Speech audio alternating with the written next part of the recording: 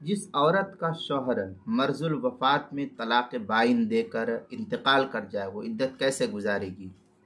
چنانچہ اگر بیوی کی مرضی کے بغیر مرض الوفات میں شوہر نے طلاق بائن دی تو ایسی صورت میں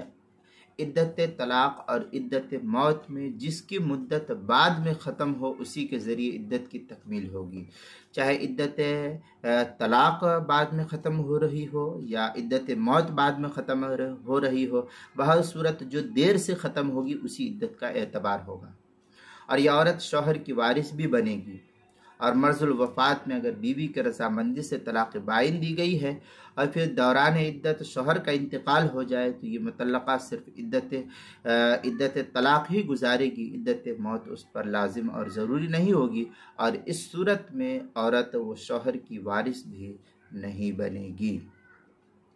چنانچہ فتاوی تاتارخانیہ میں ہے وَإِذَا طَلَّقَ امْرَأَتُهُ فِي مَرْضِ الْمَوْتِ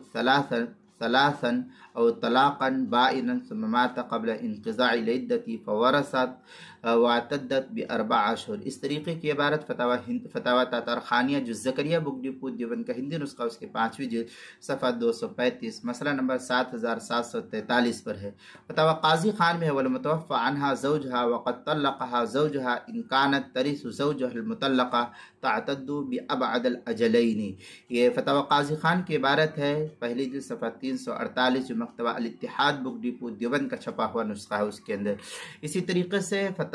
القدیر کے اندر ہے وَإِذَا وَرَثَتْ الْمُطَلَّقَةَ فِي الْمَرْضِ أَيْ وَرَثَتْ الَّتِي طُلِّقَتْ فِي الْمَرْضِ بِأَنْ طَلَّقَهَا بِغَيْرِ رَضَاهَا۔ اس طریقے کی عبارت جو ہے فتح القدیر کتاب الطلاق جلد نمبر 4 صفحہ نمبر 283 اور 284 جو مکتبہ اشرفی بک ڈپو دیوبند کا ہندی نسخہ اس کے اندر کتاب المسائل 5ویں جلد صفحہ 379 اور 380 پر بھی اس کو نقل کیا گیا ہے۔